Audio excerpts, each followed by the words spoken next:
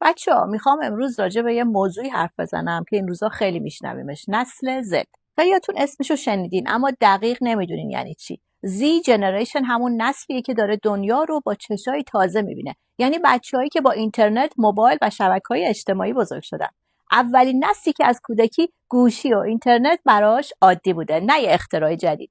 یه نسلی که داره زمین رو تغییر میده. نسلی که از همون اول با اینترنت، موبایل و سرعت زندگی مدرن بزرگ شده. یه نسل جدید با ذهنی سریعتر، حسی عمیق‌تر و عجول، چون با دنیای فوری بزرگ شدن. یک کلیک، یه جواب. دغدغه‌های محیط زیست، عدالت اجتماعی، حقوق اقلیت‌ها و سلامت روان دارن. و اما در مقابلش نسل قبل‌تر، همون پدر مادرها، با ارزش‌های ثبات، سخت کوشی، سکوت، قناعت شکل گرفتن. اینجاست که برخورد شروع میشه، نه چون یکی خوبه و یکی بده، بلکه چون دوتا جهان متفاوت دارن. جهان نسل قبل آرامتر، منظمتر و قابل پیش بینی بود.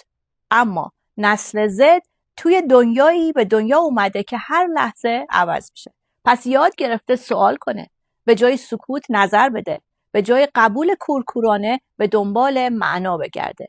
و همین تفاوت نگاهه که باعث میشه خیلی از مادرها و پدرها فکر کنن بچهشون حرف گوش نمیده، در حالی که اون بچه فقط داره تلاش میکنه خودش فکر کنه. نسل قبل به بقا فکر میکرد، نسل زد به هویت. نسل قبل دنبال امنیت بود، این نسل دنبال آزادی درونیه. نسل قبل سکوت رو نشونه احترام میدونست، ولی نسل زد سکوت رو قبول نداره.